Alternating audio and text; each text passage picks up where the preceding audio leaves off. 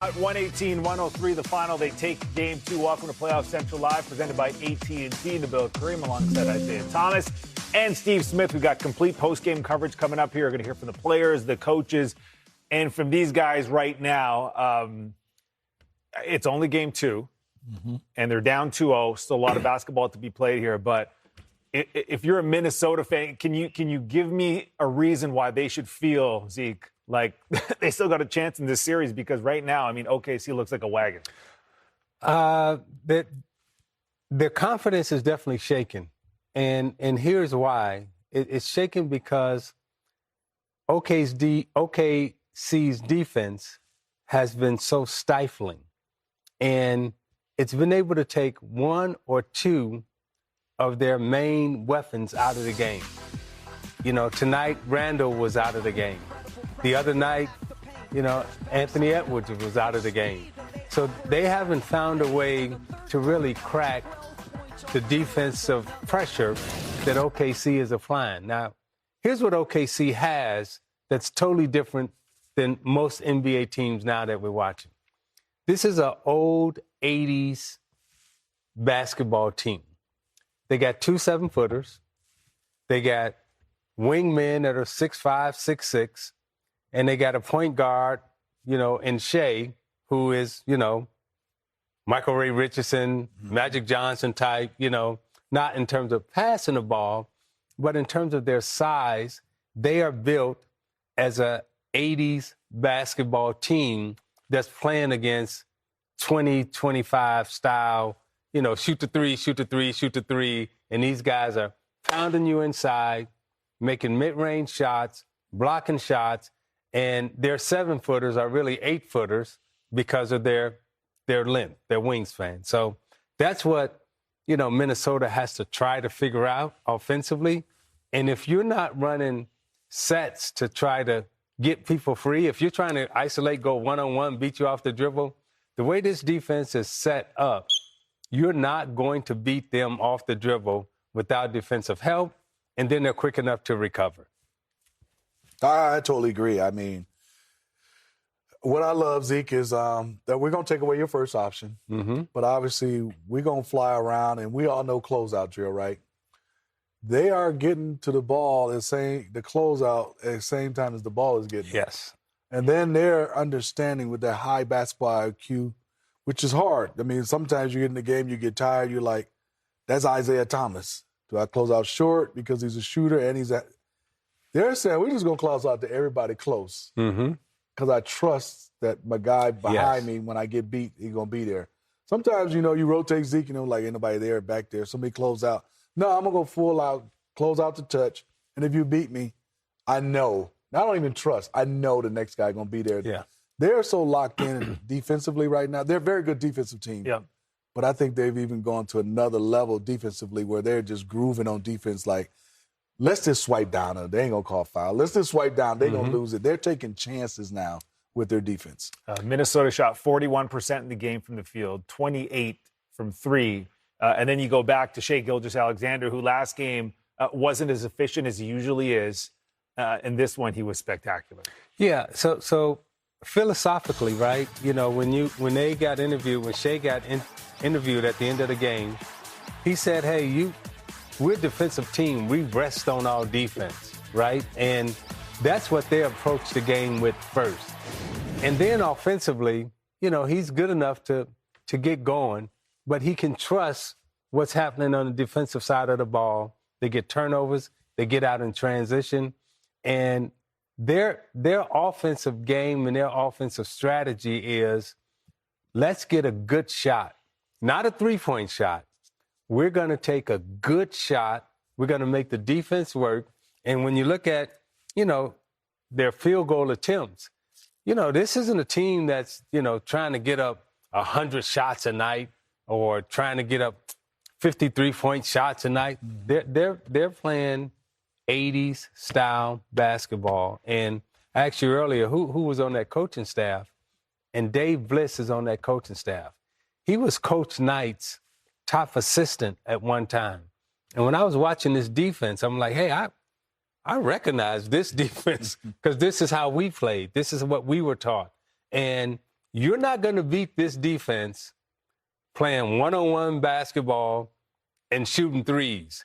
You got to be a little bit more sophisticated offensively to get your guys going against this defense. And we've seen that they've taken one or two of their top scorers out the last two games. Jalen Williams goes for 26 points in this game, 10 rebounds, 5 assists. I know you saw Chet Holmgren. You love what you saw from Chet, too. Yeah, I thought, last year I saw Chet coming. He missed his entire rookie year, basically. And then last year you saw him come. And then, unfortunately, the injuries. And I think it's been, a couple things. Playing with Hartenstein, he's got to get adjusted. And then he just hadn't gotten a groove, because it's hard to get in a groove when, I don't know if Isaiah can speak to this. You come back, they're in first. I don't want to disrupt. Yeah. They're a really good defense team. They don't really need me they don't need me because they've been in first. So how do I fit back in? This was the first game he turned it on mentally. Let me beat Chet Holmgren. He's aggressive.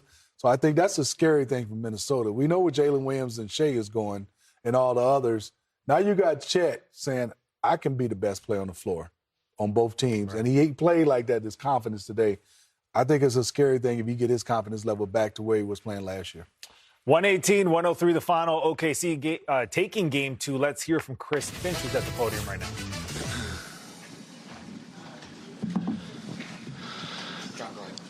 Chris, just where did you see things get away in the third quarter there? You've seen. Yeah, I thought, again, we didn't close the half very well. I thought if we closed the half better, then we don't put ourselves on such a razor edge in the third. Excuse me. We only had 6 turnovers at halftime. We had a few more in the third quarter. Missed some shots. Didn't finish at the basket, and then led to a bunch of stuff in early attack mode for them. With the way these two games have played out, just what do you have to say to your guys, or what are you looking for going back home? Every minute in the series is a chance to find something, so we're going to go back home. This is a good team at home, so we're going to go home and fight for game 3. Heads up and look at the tape and get ready for game 3. So. Randall's limited impact carried over from the second half of game 1 to basically the whole night tonight. What did you see from him, and why'd you go with Nas to close? Yeah, I just thought Nas has had a good game going, just wanted to try to see if I can spread the floor and get some quick decision making out there, and just trying to change the complexion of the game. So. Seemed like the offensive process was pretty good in the first half. Did you see maybe deteriorate a little bit in the third? Gotta look at the tape. I thought we missed. There was a moment there when the game was kind of starting to get away from us, where I thought we missed some good shots. We had some good corner threes that we needed to knock down. We just didn't.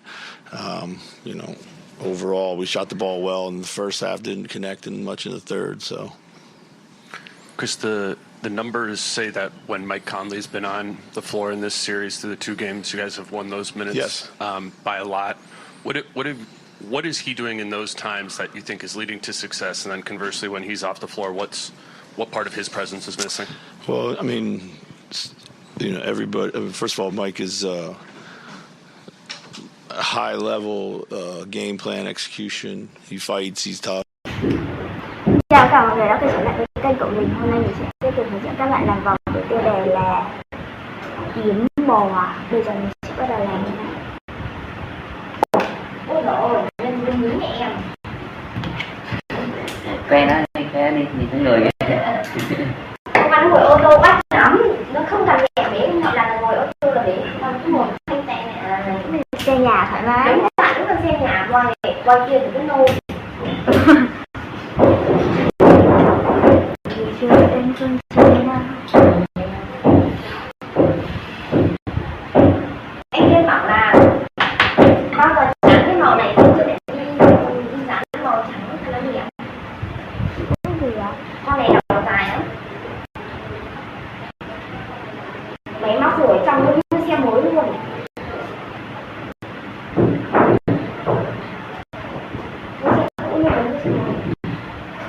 Nào ai đi đâu mang? Giờ anh cái đi rồi chứ nhỉ anh nhỉ? Anh chưa nào? Anh chưa đi. Lại đây chưa về đứng nặng. Em, cái quay ấy ra này.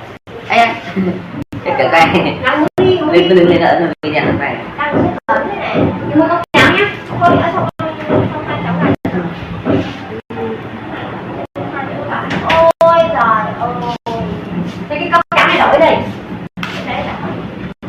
Đúng rồi, cái chỗ này nhà chưa ăn.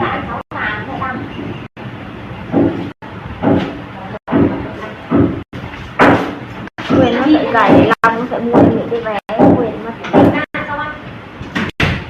nó quay nhân lên nhỉ.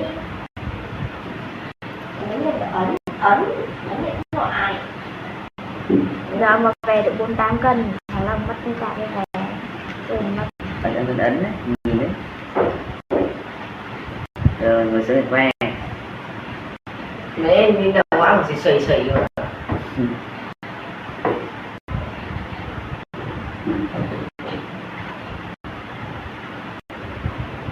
Cũng biết cả đeo tai nghe làm gì rồi.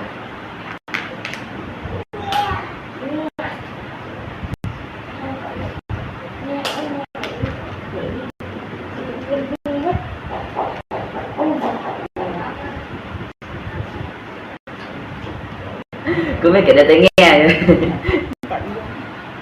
đưa cho tôi Quỳnh đeo này đang rồi. Nhìn chị đang chưa?